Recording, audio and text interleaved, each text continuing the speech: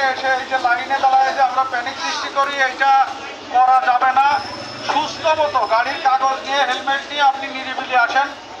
এবং অনেকের যেই সাধারণ কিছু লোক আছে যাদের বিরুদ্ধে একটা অভিযোগ আছে যে তারা এখান থেকে তেল নিয়ে যে আবার বাসায় যে খাটের নিচে পাত্রে রেখে আবার তেল নিতে আসে, এইটা আমরা না করি।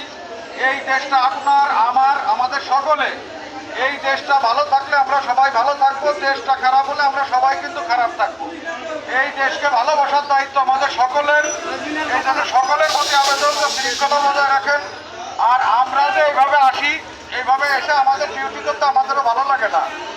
আমাদেরও এই যে ধরেন আজকে শুক্রবার প্রচণ্ড রোদ, এর মধ্যে আমরা আসছি, আমাদের ভালো লাগে না। কিন্তু শৃঙ্খলা এখানে জানেন যে রাস্তাটা বন্ধ ছিল, আমরা আসার পরে রাস্তাটা চালু হয়েছে।